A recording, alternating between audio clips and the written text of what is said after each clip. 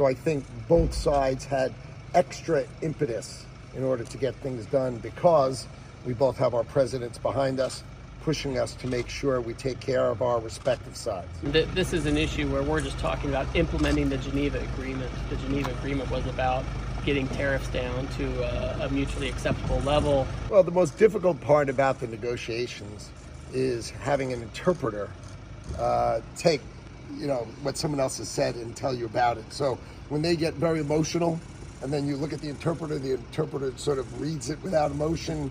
It's just a very long process that can't be sped up because you have to let the person finish speaking, you have to let the interpreter finish speaking, whereas if we were negotiating with each other, we'd be interrupting each other, talking to each other. It would just go faster. So you have to understand when you're doing it so precisely with interpreters, things just take time.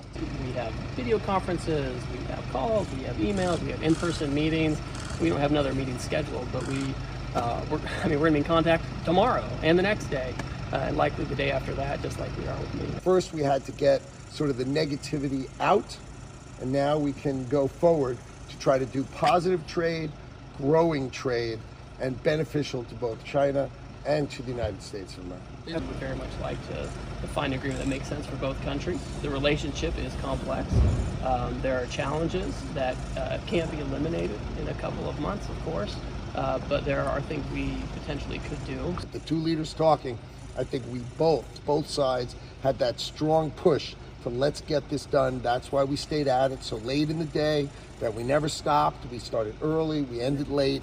Two giant economies have lots of complex issues, but we pounded through, I think we pounded through all of them.